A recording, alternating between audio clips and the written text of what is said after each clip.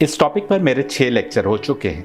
यदि मैं अपनी बात आप तक पहुंचा सका तो इतने लेक्चर काफ़ी हैं। यदि अभी तक अपनी बात नहीं पहुंचा पाया तो फिर 10 और लेक्चर्स रिकॉर्ड कर लो, उसका कोई फायदा नहीं। इसलिए अब वक्त है इस सीरीज को समाप्त किया जाए। एक बात क्लियर करना है, आपने इन लेक्चर्स के थंबनेल पर बड़ा बड़ा पढ़ा होगा, क्या तुम चबाया हुआ भूसा हो के निकल नहीं सकते। इसके क्या मानी है? 5 लेक्चर सुनने के बाद भी मेरे एक मित्र ने इसके मानी पूछे तो मुझे लगा कि एक बार फिर विस्तार से बात करना होगी। मत्ती की इंजील 13:24 के बाद से ईसा के मुख से एक तमसील बयान की गई है।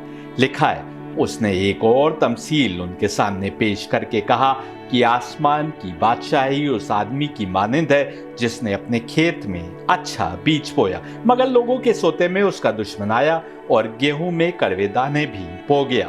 बस जब पत्तियां निकली और बालें आईं तो वो कड़वे दाने भी दिखाई दिए। घर के मालिक के नौकरों ने आकर उससे कहा, ए खुदावन, क्या तूने अपने खेत में अच्छा बीज ना बोया था? उसमें कड़वे दाने कहां से आ गए? उसने उनसे कहा, ये किसी दुश्मन ने किया है। नौकरों ने उससे कहा, तो क्या तू चाहता है कि हम जाकर उनको जमा करें? उसने कहा कि नहीं, ऐसा ना हो कि कड़वे दाने जमा करने में तुम उनके साथ गेहूं भी उखाड़ लो। कटाई तक दोनों को इकट्ठा बढ़ने दो और कटाई के वक्त मैं काटने वालों से कह दूंगा कि पहले कड़वे दाने जमा कर लो और जलाने के लिए उनके गट्ठे बना लो और गेहूं मेरे खत्ते में जमा कर दो। यीशु जो कहते थे तमसील यानी मिसाल के माध्यम से कहते थे, एकदम साफ शब्दों में नहीं कहते थे। इंजील खुद ही कह रही है कि ये सब बातें यीशु ने भीड़ में तमसीलों में कहीं और बगैर तमसील के वो उनसे कुछ न कहता था, ताकि जो नबी की मार्फत कहा गया था वो पूरा हो कि मैं तमसीलों में अपना मुंह खोलूंगा, मैं उन बातों को जाहिर करूंगा जो दुनिया की शुरुआत से पोशीदा रही हैं। आप क्या तमसील को समझे? याद रखिए कि जो मैं बताता आया हूँ, एक वक्त था जब दुनिया में सत्य युग था, तमाम रूहें खुदा की इबादत और इताअत की राह पर थी। फिर जुल्मत यानी तमस के कारिंदे इब्लीस ने उन आत्माओं को सत्य सनातन मार्ग की समझ से भटका दिया। खेत में तो अच्छे दाने बोए गए थे, लेकिन लोगों के सोते में इंसान का दुश्मन इब्लीस यानी शैतान आया और कड़वे दाने भी बो गया। अब कौन सत्य मार्ग पर है और कौन उससे जुदा, इसकी समझ मुश्किल हो गई। सब अपने को सत्य मार्ग पर होने का दावा करते हुए दूसरों से लड़ने लगे। दिव्य आत्माओं ने बीज तो अच्छा बोया था, लेकिन अब उसमें कड़वे दाने भी उगाए। अब घर के मालिक यानी परमात्मा के नौकरों ने कहा कि क्या तू चाहता है कि हम कड़वे दाने जमा करें? लेकिन घर के मालिक यानी परमात्मा को गेहूं के दानों की फिक्र थी। उसने मना कर दिया, कहा नहीं, कहीं ऐसा ना हो कि कड़वे दाने जमा करने में तुम उनके साथ गेहूं भी उखाड़ लो। हर खुदाई किताब कह रही है कि इंसान को इसलिए क्रिएट किया गया कि वो ब्रह्म यानी अल्लाह की इताअत और बंदगी करे। कितना समय लगेगा परमात्मा को कि एक अजाब आए और गुनाहों में लिप्त और अकड़ से इतराते इस इंसान का वजूद मिट जाए, लेकिन गेहूं के दानों की उसको फिक्र है। उन रूहों के कारण ये दुनिया बची हुई है जो अभी भी अपने क्रिएशन के मकसद को पूरा करते हुए अपने परमात्मा की इताअत और बंदगी में लगी हैं। यही कारण है कि तमाम खेती नहीं उजाड़ी जा रही। यही बात परमात्मा कृष्ण के मुख से कह रहा था जब कहा जा रहा था कि तुम्हारे कर्म इस दुनिया को तबाही की तरफ ले जा रहे हैं। जब जब धरती पर कोई अवतार आया, उसका मकसद कड़वे दानों को उखाड़ फेंकना ही था। गीता ने भी कहा कि जब जब अधर्म बढ़ जाता है और धर्म के उसूल मिटने लगते हैं, तब तब धर्म को फिर से स्थापित करने और अधर्मियों का नाश करने परमात्मा का कोई अवतार आता है। परमात्मा का अवतार आकर कुछ झाड़ फूस हटा देता है ताकि अच्छे बीजों को पनपने का मौका मिल सके। फसल काटने का वक्त भी आएगा, यानी कोई दिन आएगा जब अंतिम बार कोई अवतार आकर अच्छी फसल और कड़वे पौधों को जुदा कर देगा। इस अवतार को तुम कल की कहो कि मेदी मुशियाज कहो कि ईसा या सेकंड कमिंग, ये होना है और जल्द होना है। इंजील में कहा गया कि कटाई के वक्त में काटने वालों से कह दूंगा कि पहले कड़वे दाने जमा कर लो और जलाने के लिए उनके गट्ठे बांध लो और गेहूं मेरे खत्ते में जमा कर दो। तुम गेहूं बने रहो, यही तुम्हारे लिए बेहतरी है, वरना तुमको तब तक ही छूट दी गई है जब तक कि कटाई का वक्त ना आ जाए। कड़वे दाने जमा करके उनके गट्ठे बनाकर जला दिए जाएं।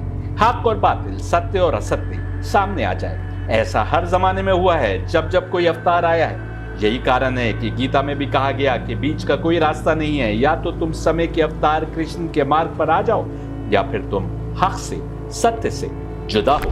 जो सत्य के साथ नहीं खड़ा वो असत्य पर है। जो गेहूं का दाना नहीं बन सका वो कड़वे दाने के साथ जला दिया जाएगा। इंजील में अनेक तमसीलों के जरिए समझाया गया है कि अच्छे दाने निकाल लिए जाएंगे। अगर तुम अच्छे गेहूं के दाने हो तब ही तुम निकाल लिए जाने के लायक हो। अगर तुम चबाए हुए भूसे की मानिंद हो तो कुरान में बताए गए उन अंधे, गूंगे, बहरे लोगों के समान हो जिनके सामने हक अगर नगाड़े या ढिंडोरा पीट कर भी सुनाया जाए तो भी वो उसको नहीं मानेंगे, क्योंकि कुरान कह रहा है कि ये मरे हुए लोग हैं। हालांकि वो जिंदा दिखाई दे रहे हैं, चल फिर रहे हैं और खा पी रहे हैं, लेकिन अब उन तक हिदायत नहीं पहुंच सकती। गीता में भी अर्जुन के सामने लड़ने आए लोगों के लिए कहा जाता है, जिनमें गुरु द्रोणाचार्य और भीष्म पितामह जैसे विख्यात धर्मगुरु भी हैं, कि ये मरे हुए लोग हैं। अब अर्जुन इनको कत्ल करेंगे तो महज एक औपचारिकता होगी। यानी कुरान और गीता से साफ है कि जिंदगी का मतलब रूह की जिंदगी है। यदि रूह में सत्य ग्रहण करने, हक को अपनाने की क्षमता बची है तो वो जिंदा है, और नहीं तो मरी हुई है। तुमने अगर अपनी रूह को शैतान के शिकंजे में जकड़ जाने से बचाए रखा है तभी तुम जिंदा हो, अन्यथा तुम मरे हुए हो। शैतान के शिकंजे में फंसकर तुम ऐसे चबाए हुए भूसे जैसे बन जाओगे कि अब तुम्हारी तरफ हक की हिदायत आई भी तो तुम कबूल नहीं कर सकोगे। तुम्हारे लिए जरूरी है कि तुम गेहूं के वो सलामत दाने बने रहो कि तुम इस दुनिया के रहते हुए अपनी आत्मा को पाकीज़गी की उस मंजिल तक पहुंचा दो कि वो सत्य सनातन मार्ग ग्रहण करने के काबिल बनी रहे। जब भी सत्य मार्ग तुम्हारी तरफ पेश हो और सत्य सनातन मार्ग को पहचानते हुए उस पर चलते हुए निजात यानी मोक्ष यानी निर्वाण यानी सैल्वेशन पा सकने वालों में से हो जाए, तुम्हारी रूह कुरान के साबिकून यानी आगे बढ़ जाने वालों में से हो जाए और दुनिया के रहते इससे निकल जाए, यही तुम्हारा असली उद्धार है। वरना दौलत कमा लो, ताकत जमा कर लो, शोहरत जमा कर लो, सब कुछ मिट जाना है। तुम्हारे जिस्म को मिट जाना है। आत्मा पाकीज़गी के किस लेवल पर है, ये महत्वपूर्ण होगा अगली दुनिया के लिए। बहुत ही रोचक सवाल मेरे मित्र सैयक बंदोपाध्याय ने मेरे लेक्चर जीवन और मरण के असली माने गीता की रोशनी में के पार्ट 7 के नीचे पूछा है। उन्होंने पूछा कि श्री राम ने शंबुक वध क्यों किया था? क्या इसलिए कि शूद्र था या फिर इसलिए कि वो तामसिक तप या साधना कर रहा था जिस्म के साथ स्वर्ग जाकर कुदरत के नियम का उल्लंघन करने के लिए? ये सवाल बहुत महत्वपूर्ण है क्योंकि शंबुक के कत्ल का उदाहरण देकर अनेक लोग राम के कैरेक्टर पर लांछन लगाते हैं। ये साबित करने की कोशिश करते हैं कि राम शूद्रों के खिलाफ। राम के बारे में अनाप शनाप राय बना लेने से पहले हमको ये समझने की कोशिश करना आवश्यक है कि क्या वो अवतार थे भी कि नहीं। अगर ये साबित हो गया कि वो अवतार या नबी थे तो फिर इस पर तो बहस हो सकती है कि उनके बारे में आई कोई कहानी सच्ची है कि झूठी। लेकिन यदि साबित है कि कहानी सच्ची है तो फिर उस पर उंगली उठाने का हमें कोई हक नहीं है, क्योंकि परमात्मा की ओर का अवतार वही करता है जो सत्य को स्थापित करने के लिए जरूरी होता है। जिस्म के साथ स्वर्ग में जाना मुमकिन तो है, लेकिन बस उस शरीर के लिए जिसमें 7 में से कोई एक दिव्यात्मा काम कर रही हो। जैसे पैगंबर मोहम्मद मेराज में स्वर्ग ले जाए गए। मुस्लिम स्क्रिप्चर्स के अनुसार हिंदुओं में भी 1 से अधिक लोगों के लिए लिखा है कि वो जिस्म के साथ स्वर्ग गए। एक लेक्चर में मैंने दिखाया था कि राजा विक्रमादित्य के लिए भी इस प्रकार की कहानी मशहूर थी, लेकिन कहानी में राजा विक्रमादित्य ने स्वर्ग में जो कुछ किया उससे साफ था कि वो राजा की प्रोपेगेंडा मशीनरी द्वारा गढ़ा हुआ एक ढोंग था। राजा की कहानी में देवता स्वर्ग में अप्सराओं की डांस प्रतियोगिता देखने में लगे थे। इस प्रकार की झूठी कहानियां प्रचलित करवा के जुल्मत ने देवताओं के रोल को खराब तौर पर पेश किया, जबकि परफेक्टली प्योर तत्वों से बनी दिव्यात्माएं मुमकिन ही नहीं है कि एक भी लम्हा फालतू कामों में व्यतीत करे। जुल्मत ने ऐसा समझ को दूषित किया कि आज तमाम हिंदू देवताओं के बारे में ऐसी ही बेतुकी कहानियां बनाए बैठे हैं। आम व्यक्ति की आत्मा जिस्म के साथ स्वर्ग में जा ही नहीं सकती। ये उस खुदा के बनाए कानून के विपरीत है जिसने तमाम क्रिएशन बनाई है और जिसने इंसान के लिए भी एक क्रिएशन प्लान बनाया। इंसान आत्मा को शुद्ध करके इस लेवल पर तो ला सकता है कि आत्मा निजात यानी मोक्ष यानी सैल्वेशन पा जाए, यानी आगे बढ़ जाने वाली आत्मा बन जाए, मरने के बाद तुरंत स्वर्ग में पहुंचा दी जाए। लेकिन फिर वहां से वापसी थोड़ी मुमकिन होगी। आत्मा को दुनिया में भेजा ही इसलिए गया है कि वो फिर से स्वर्ग में अपनी मंजिल पर पहुंचे। शंबुक जिस्म के साथ स्वर्ग में जाने की साधना कर रहा था, इससे साफ जाहिर है कि वो ढोंगी था। वो समझ भी नहीं पाया था कि धरती पर मनुष्य को पैदा करने का क्या मकसद था। वो एक नई रीत पैदा कर रहा था कि कोई भी व्यक्ति बोल दे कि वो स्वर्ग से लौट कर आया है, जैसा कि राजा विक्रमादित्य ने बयान किया। राम ने उसका वध करके इस रीत को पनपने से रोका। यदि राजा विक्रमादित्य के समय राम होते तो भी शायद ऐसा ही करते। यदि शंभूक तपस्या कर रहा था कि जिस्म के साथ स्वर्ग में हो आए, तो इससे साफ है कि कहीं न कहीं किसी स्क्रिप्चर में ये ज्ञान मौजूद रहा होगा कि ऐसा मुमकिन है। कम से कम कुछ लोग या कोई एक व्यक्ति किसी समय ऐसा करेगा। जिस दिन वेदों का फिर से अनुवाद होगा, उन पॉइंट्स की रोशनी में जो सैयद हैदर बयान करता है, तो आप जान सकेंगे कि क्या किसी वेद में कहीं पर दुनिया में आए किसी व्यक्ति के लिए ऐसा कुछ लिखा है कि नहीं कि वो जिस्म के साथ स्वर्ग में गया और लौट आया। क्योंकि शंभूक यही कहते हुए साधना करने में लगा था और राजा विक्रमादित्य ने भी ऐसी ही कहानी अपने बारे में मशहूर की। इससे साफ है कि कहीं तो किसी व्यक्ति के बारे में जेन्युइन तहरीर होगा कि ऐसा हुआ या होगा, या कोई व्यक्ति ऐसा किसी जमाने में करने वाला होगा। कम से कम इस्लामी सोर्सेज में पैगंबर मोहम्मद के लिए तो कुरान ही गवाही दे रहा है और कह रहा है कि बंदे में और उसके रब में 2 कमा या उससे भी कम का फासला रह गया, यानी नूरानी आत्मा जो मोहम्मद के जिस्म में थी और परमात्मा आमने सामने थे। अब तक 6 लेक्चर्स में मैंने एक बार फिर रूह, उसके असली मकाम और पुनर्जन्म और मोक्ष के मार्ग को पहचानवाने की कोशिश की है, जो मैं करीब 6 वर्ष पहले रीबर्थ और सैल्वेशन पर 4 लेक्चर्स में पेश कर चुका था। 6 वर्ष में जिन्हें सत्य को समझना था उन्होंने समझ लिया। हर धर्म के मानने वाले वे लोग जो अपने धर्म को लेकर सुपीरियरिटी कॉम्प्लेक्स बनाए हैं कि बस वही सच्चा है और दूसरे धर्म को झूठा और भटका हुआ मान रहे हैं, वो क्यों कर हक को पहचानने लगे। हम तो ऐसे अपने बाप दादा द्वारा छोड़ी गई रीति रिवाजों को पकड़े बैठे हुए हैं कि एक व्यक्ति जो अपने को बड़ा इस्लामी जानकार दिखाते हैं, ज़कात यानी मुस्लिम चैरिटी लोगों से लेकर बांटने में लगे हैं, मुझसे कहने लगे कि अगर मेरे बाप और दादा जहन्नुम में है तो हम उनको वहां अकेला थोड़ी छोड़ेंगे। हम वही राह पर चलेंगे जिस पर वो चल रहे थे, भले ही उनकी राह गलत क्यों ना हो। याद रखिए, जिसने अपनी पुरानी बनी सोच से अटैचमेंट बना लिया या किसी दूसरी सोच को परखे बिना उसके खिलाफ नफरत मन में बिठा ली, वो हक कभी समझ ही नहीं सकता। मेरे एक मुस्लिम पत्रकार मित्र से पुनर्जन्म के टॉपिक पर बात हो रही थी। पत्रकार बंधु ने मुझे एक बाकी किस्म का इंसान बताते हुए एक मौलाना को लाइन पर लेकर उनसे पूछ डाला कि जरा ये बताइए कि इस्लाम में रीबर्थ यानी पुनर्जन्म है कि नहीं। मौलाना ने जवाब दिया कि हमारे यहाँ पुनर्जन्म तो है, लेकिन उस माने में नहीं है जिस माने में हिंदुओं के यहाँ। उन्होंने सूरह मुल्क की वो आयत पढ़ दी जिसके मुताबिक कुरान कह रहा है कि वो परवरदिगार है जिसने पहले मौत को खल्क किया फिर जिंदगी को खल्क किया।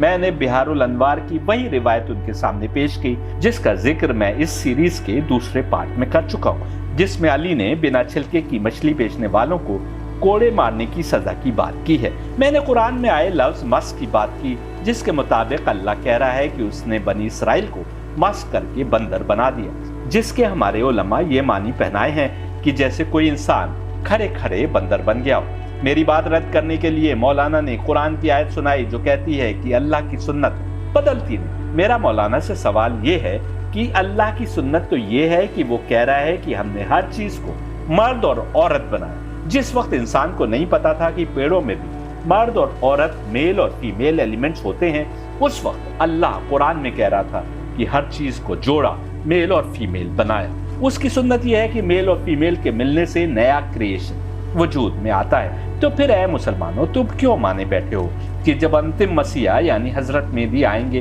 तो रजत होगी, और जो लोग हजरत मेहदी के इंतजार में सच्चे दिल से थे और उनके आने से पहले मर गए, वो रूहें फिर से लौट कर आ जाएंगी। क्या ये रूहें अपने आप आ जाएंगी बिना फिर से जिस्मों में पैदा हुए? तुम जो माने बैठे हो वो अल्लाह की सुन्नत के खिलाफ है। तुम खुद रद्द कर रहे हो अपने ही कुरान की जो कह रहा है कि अल्लाह की सुन्नत बदला नहीं कर। बल्कि शिया मौलाना तो यहाँ तक बताते हैं कि हजरत मेहदी कुछ कब्रों में से कुछ हस्तियों को निकालेंगे जिन्होंने अहले बैत पर जुल्म किया था और उन्हें सजा देंगे। क्या कब्र में हाथ डालकर निकाल लेंगे? अगर अल्लाह की सुन्नत के खिलाफ पैगंबरों या नबियों को कुछ करना था तो पहले भी करके दिखाया होता। तुम कहोगे कि कुरान में मौजूद है एक पैगंबर का वाकया कि जिनको मरने के 100 साल बाद अल्लाह ने जिंदा कर दिया। हाँ, अल्लाह से कुछ भी बैद नहीं और वो कुछ भी कर सकता है। जब कुछ नेचर के विपरीत होता है तभी तो हम उसको मोजिजा یعنی چمتکار کہتے ہیں، وہ کبھی کبھی ہوتا ہے، لیکن تمام مسلمان جو سچے دل سے حضرت مہدی کے آنے کے انتظار میں اور مر گئے، ان کی روحیں اچانک جسم نہیں پالیں۔ عیسائی بھی مانتے ہیں کہ جو لوگ حضرت عیسیٰ کی سیکنڈ کمنگ کے انتظار میں تھے اور مر گئے، ان کی روحیں عیسیٰ کے آنے پر پھر سے آ جائیں گی۔ کیا ایسے ہی اچانک آ جائیں گی، بنا بچے سے بڑے ہوئے؟ حقیقت تو یہ ہے کہ حضرت مہدی یعنی کل کی اوتار بھی اچانک سے وجود میں نہیں آ جائیں گے، بلکہ ان کے لیے روایتیں موجود ہیں کہ وہ جب سامنے آئیں گے تو لوگ کہیں گے کہ ارے اس شخص کو تو ہم جانتے ہیں، اس کو ہم نے فلاں جگہ دیکھا تھا، یہ ہمارے درمیان سے گزرا کرتا تھا۔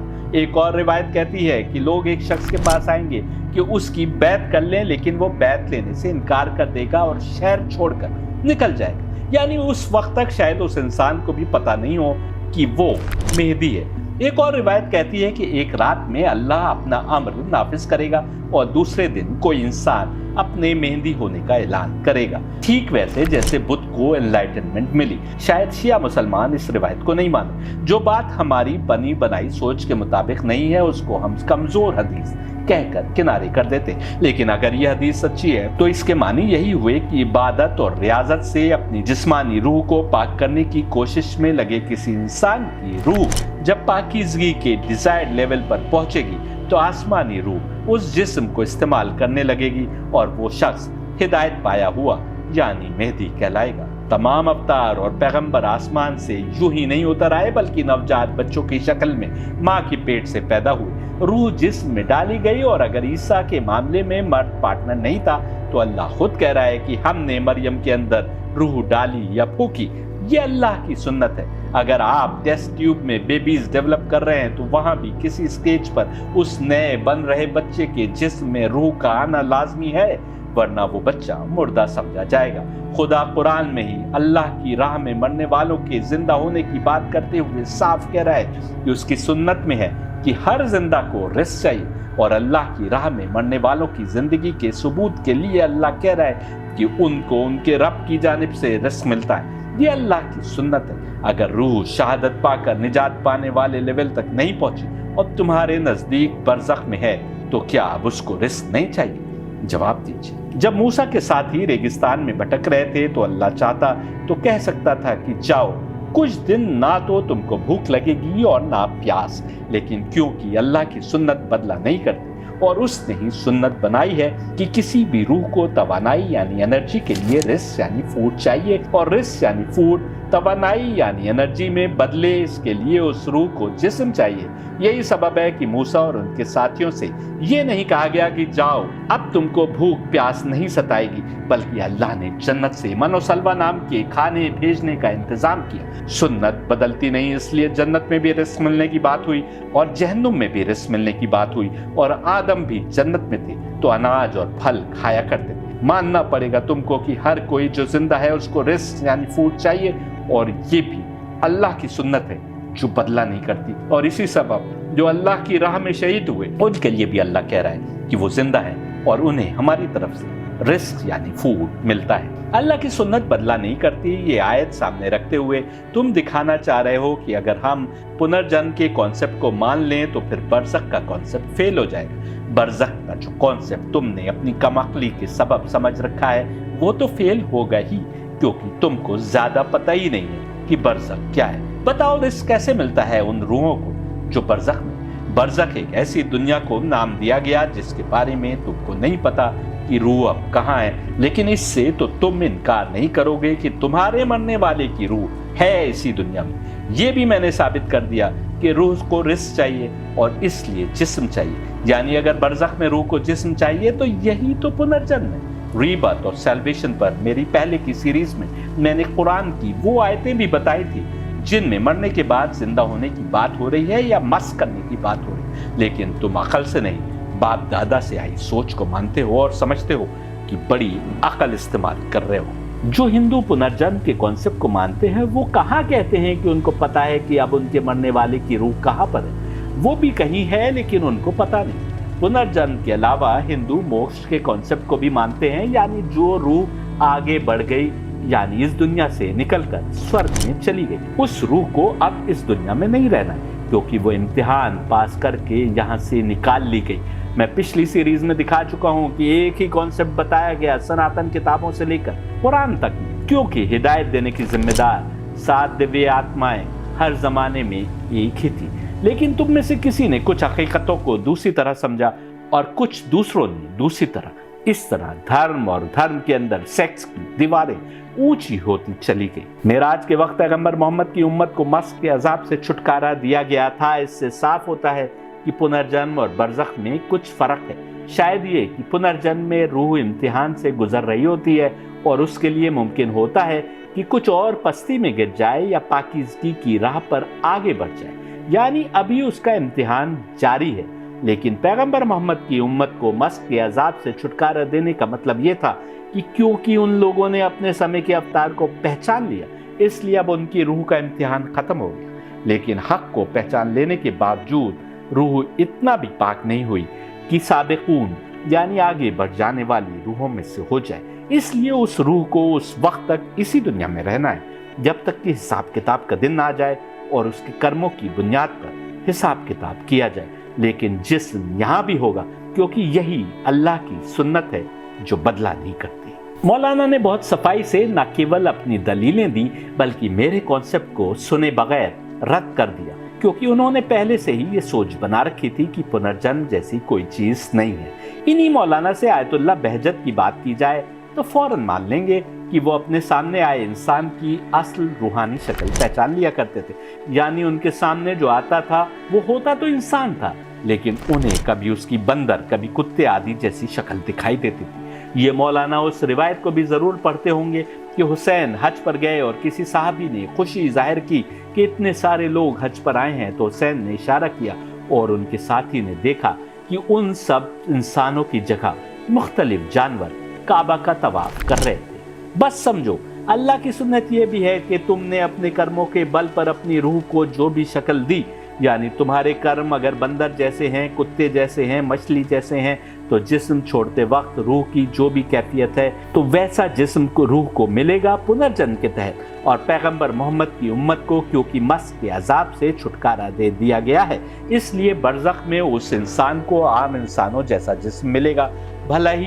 भले ही उसके कर्म कैसे ही क्यों ना हो। आयतुल्लाह बहजत सामने मौजूद इंसान के कर्मों यानी अमाल के बिना पर बनी रूह की शक्ल देख लिया करते थे। अगर तुमने अपनी रूह को कुत्ते जैसी शक्ल दे दी तो फिर क्यों उम्मीद करते हो कि इंसानों के जिस्म पैदा हो? अल्लाह की सुन्नत ये है कि रूह जन्नत से निकाली गई थी तो उसको हिदायत आने तक दुनिया में रुकना है और हिदायत आने पर ही वो निकल कर वापस जन्नत में पहुंच सकती। ये सुन्नत नहीं बदला करती। रूह का मकसद है वापस उस मकाम तक पहुंच जाना जहां से निकली थी, यही उसका इम्तिहान। हिंदू इसको ऐसे कहते हैं कि आत्मा का परमात्मा में वापस मिल जाना। लेकिन हिदायत आने तक तुमने जमीन पर रूह को दूषित कर दिया। अब रूह वैसी पाक नहीं रही कि वापस जन्नत में जा सके, तो अब उसको मजबूरन दुनिया में रहना है, क्योंकि अल्लाह की सुन्नत यह है कि रूह को वापस पहुंचने के लिए एक लेवल तक पाक होना होगा।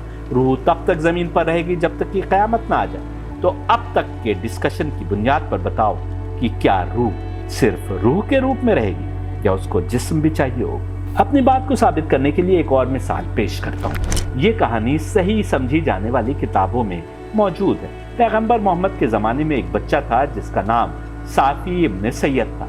उस बच्चे के बारे में मशहूर था कि वो लोगों के दिलों में क्या है बता देता था।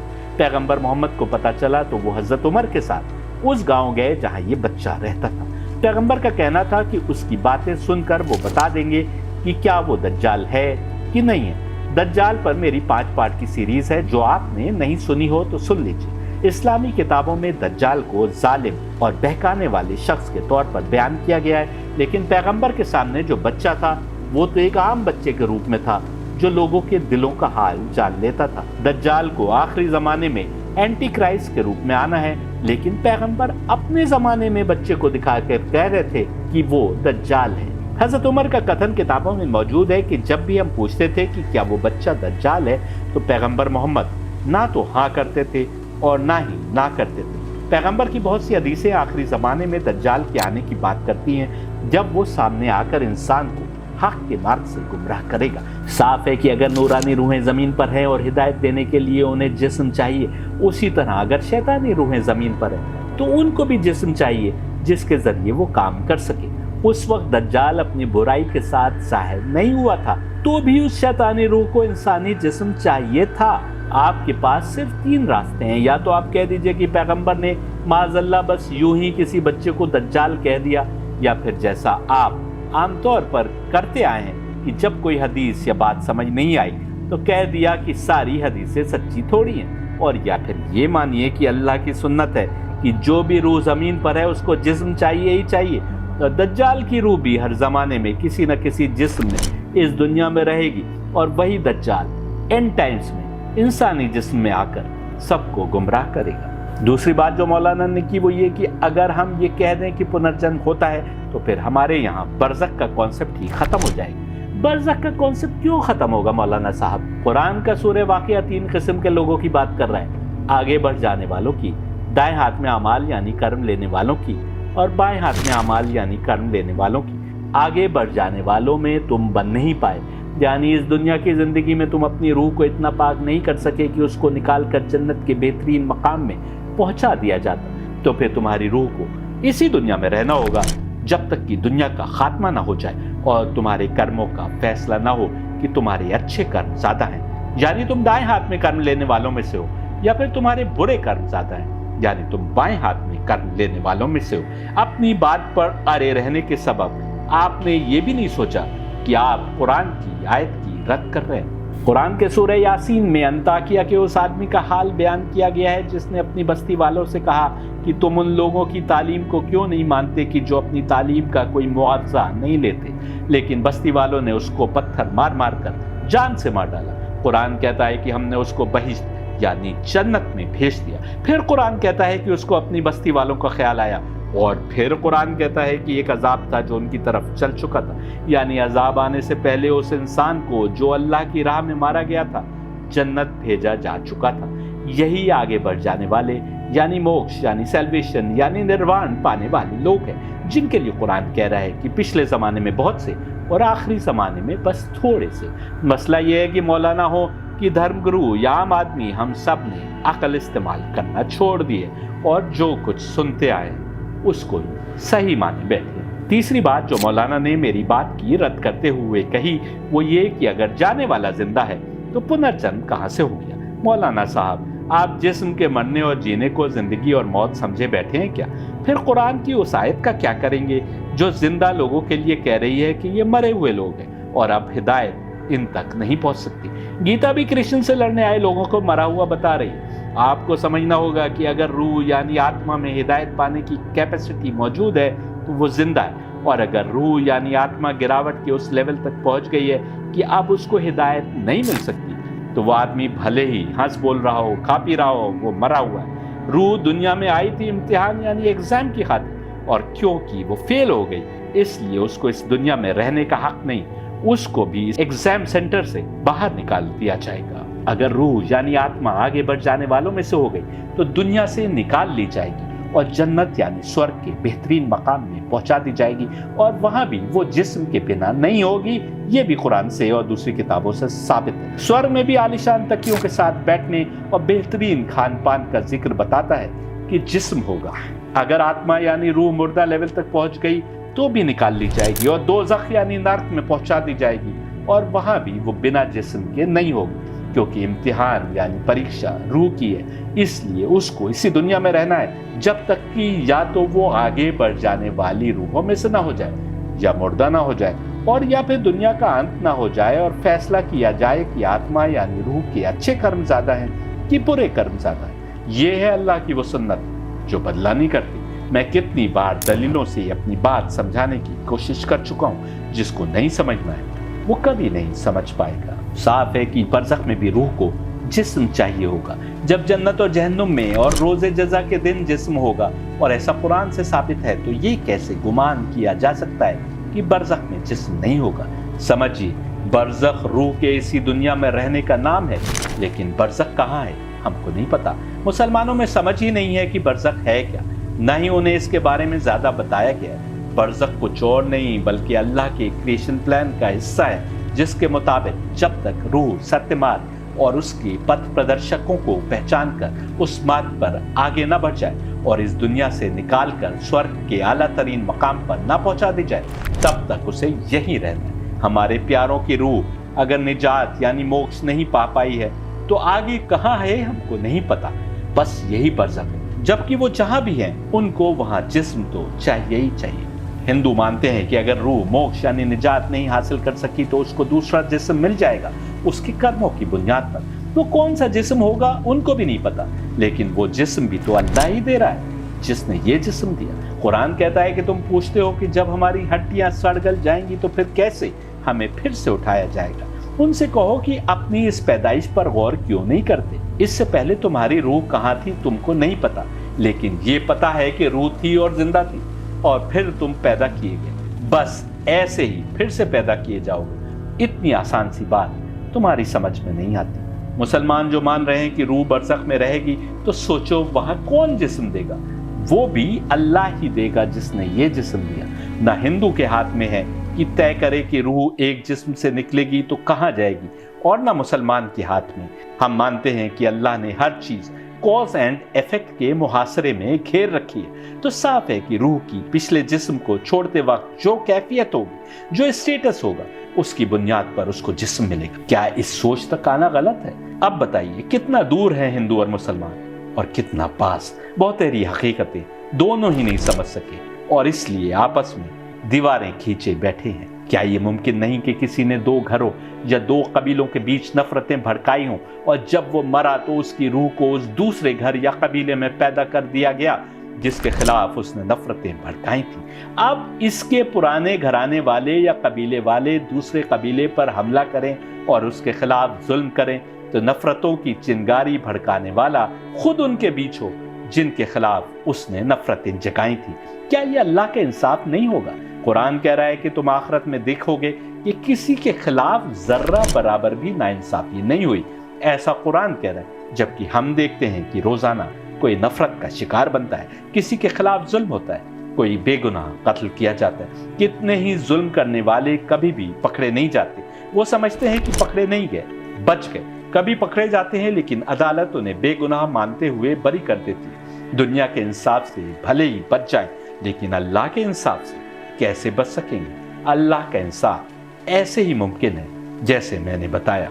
जो राज समझने से आज तक इंसान दूर रहा वो ये कि नूर और जुल्मत के दरमियान इंसान को रखा गया है। वो पूरा इधर का हो जाए तो भी निकाल लिया जाएगा, पूरा उधर का हो जाए तो भी आगे बढ़ते हुए इस दुनिया से अगली दुनिया में चला जाए। ब्रह्मा नामी नूरानी रूह यानी दिव्यात्मा 7 में बदल गई तो ईसाई किताबों के अनुसार वो 7 स्पिरिट्स जमीन पर आई ताकि इंसान को हिदायत दे सके, और आज तक ये स्पिरिट जमीन पर है। अगर ये 7 स्पिरिट जमीन पर हैं तो ये तो मुमकिन है ही नहीं कि वो हवा में मंडराती स्पिरिट्स हो, बल्कि उन 7 की 7 को जिस्म चाहिए। तपस्या और रियाजत से पाक किए गए जिस्मों को ये नूरानी रूहें यानी दिव्य आत्माएं अपने ऑफिस के लिए इस्तेमाल करती हैं। कभी इनमें से किसी जिस्म का नाम कृष्ण था तो कभी बुद्ध, कभी मूसा तो कभी ईसा, और कभी ये कुटिया में रह रहे किसी इंसान के जिस्म में खामोशी से अपना काम कर रही होती। इसी तरह जुल्मत की नुमाइंदा ईविल स्पिरिट्स भी इसी दुनिया में उनको पावर देने वाला कोई और नहीं बल्कि वही परमात्मा है जिसने नूर और जुल्मत बनाया। क्योंकि इंसान को इम्तिहान यानी परीक्षा के लिए बनाया गया था, इसलिए 2 इक्वल और अपोजिट ताकतों के बीच इंसान को रखना जरूरी है। इन ईविल स्पिरिट्स को भी जिस्म चाहिए अपनी सस्टेनेंस के लिए। बिना जिस्म के इनको वो एनर्जी यानी तवानाई नहीं मिल सकती जो जिंदगी के लिए जरूरी है। यही सबब है कि आखिरी जमाने में दज्जाल के जिस्म में आने वाली ईविल स्पिरिट को भी हर जमाने में जिस्म चाहिए, भले ही बच्चे की शक्ल में अरब में रह रही हो वो वाली स्पिरिट। मूसा पहाड़ पर 30 की जगह 40 दिन रुक गए तो इतने अरसे में सांबरी ने जादू के बल पर सोने और जवाहरात का ऐसा बछड़ा बनवा डाला कि जिससे आवाज निकलती थी। मूसा ने वापस पलटकर जिन 70,000 मानने वालों ने बछड़े की पूजा की थी उन सबको कत्ल करने का हुक्म दिया, लेकिन सामरी को सजा नहीं दी। वो वहां से निकल गया क्योंकि जुल्मत की ताकत को मारा नहीं जा सकता। उस जिस्म को खत्म किया जाएगा तो वो किसी और जिस्म में पैदा हो जाएगी। हर अवतार के लिए कहा गया है कि वो धर्म को फिर से स्टैब्लिश करने और अधर्मियों का नाश करने के लिए आता है। जुल्मत यदि कुछ आत्माओं को अपने शिकंजे में फंसा लेती है और इस लेवल तक खींच लेती है कि आत्मा यानी रूह मुर्दा के लेवल तक पहुंच जाए तो अब अवतार के लिए कोई रास्ता नहीं बचा रह जाता कि उस जमीन पर से अधर्म के शर को हटाने के लिए उस मरी हुई रूह को जिस्म से आजाद कर दे। यही तो कृष्ण के मुख से परमात्मा ने अर्जुन से कहा था कि सामने खड़े लोग पहले से मरे हुए हैं, अगर तुम इनको कत्ल करोगे तो महज एक औपचारिकता होगी, यानी आत्मा मरी हुई है, बस अब जिस्म भी मर जाएंगे। अगर आत्मा मरी हुई है तो जिस्म से आजाद होने पर निकाल ली जाएगी, अगर मरी हुई नहीं है तो इसी दुनिया में रहेगी, लेकिन नवजात बच्चों की मानंद पैदा होकर बड़े होने तक बुराई में घिरी आत्मा ही सही अपना शर दुनिया में नहीं फैला पाई। लेकिन याद रखने की बात यह है कि यह फैसला केवल अवतार कर सकता है। हमें और आपको अपनी आत्मा को बेहतर बनाने के लिए काम करना है, ना कि ये तय करने का हक हमको है कि कौन आत्मा सत्य मार्ग पर है, कौन नहीं है। जब साथ के साथ स्पिरिट जमीन पर हैं, तो ये मुमकिन नहीं कि हर जमाने में उतनी ही पावरफुल हों या ख्याति और शोहरत रखती हों जैसे कृष्ण, मूसा, ईसा या मोहम्मद। कृष्ण को भी तो लोगों ने महाभारत युद्ध के बाद पहचाना। मोहम्मद ने 40 साल का होने के बाद अपनी पैगंबरी का दावा किया। जब ये बात साबित हो गई कि नूरानी रूहों को भी इस दुनिया में रहते हुए अपनी तवानाई यानी एनर्जी के लिए जिस्म चाहिए ही चाहिए, तो ऐसे भी तो लम्हे होते होंगे जब ये किसी ऐसे जिस्म में मौजूद हों जो खामोशी से किसी कुटिया या जंगल में रहते हुए अपने रब की इबादत में लगा हो। उदाहरण के तौर पर आज का वक्त ले लीजिए। आज भी तो साथ की साथ रूहें इसी दुनिया में हैं, लेकिन खामोश है। काम आज भी कर रही है, लेकिन खामोशी के साथ। ऐसा ही आखिरी दौर में होगा जब अंतिम जमाने का मसीहा सामने आएगा। कोई वक्त आएगा कि ये फिर से जोर शोर से काम करेंगे। तब तुम में से कोई इनको मेहंदी कहेगा, कोई कल्कि, कोई मुशियाज और कोई कोटसालकोटल। जब मेहंदी आएंगे तो तुम कहोगे कि ये तो हमारे बीच नजर आते थे, इनको तो हमने फुला फुला जगह देखा था। रिवायतों में है कि एक रात में अल्लाह उनको एक आम इंसान से मेहंदी बना देगा, क्योंकि पिछले दिन वो एक आम लेकिन मुत्तकी इंसान थे जो हमारे बीच घुमा चला करते थे, लेकिन रातों रात उस जिस्म को वो नूरानी रूह जो पहले के जमाने में मोहम्मद के जिस्म में रह चुकी थी अपने ऑफिस के लिए चुन लेगी, और अगले दिन वो इंसान मेहदी यानी हिदायत पाया हुआ और हिदायत देने वाला बन जाएगा। ये है अल्लाह की सुन्नत जो बदला नहीं करती।